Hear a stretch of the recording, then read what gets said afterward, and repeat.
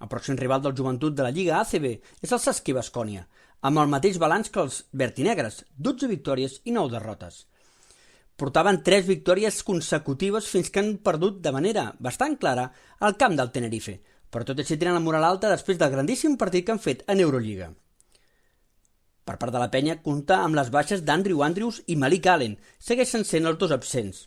Però si parlem d'una mica d'història, el Joventut Baskonia és clarament verd i negre. En els darrers 3 partits que s'han enfrontat, 3 victòries pel conjunt d'en Carles Duran. I ens anem més enllà. De les darreres 4 visites a Vitòria, 3 s'han saldat amb victòria verd i negra. Els punts forts del Baskonia destaquen l'anotació. També el rebot defensiu tanquen molt bé i saben ordenar. Tenen jugadors bastant grans físicament i molt mòbils. Són bons triplistes, 36,6% d'efectivitat, on destaca clarament Marcus Howard.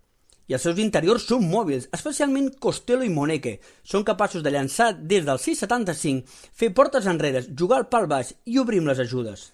Per contra, els punts dèbils podrien ser la saturació en la direcció. A vegades no acaben de saber gestionar molt bé.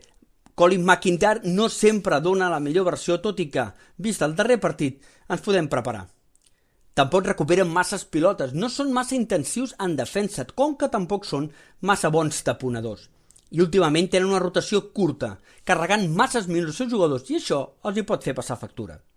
Les claus de la penya haurien de ser controlar el rebot, evitar sobretot els parcials desfavorables, ja que la mentalitat del conjunt de Carles Duran no està del tot forta.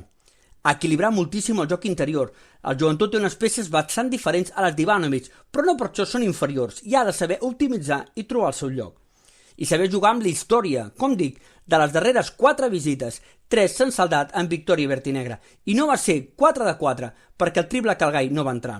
La penya pot plantar cara i assaltar una vegada més Baskonia. Armes en té i recursos també.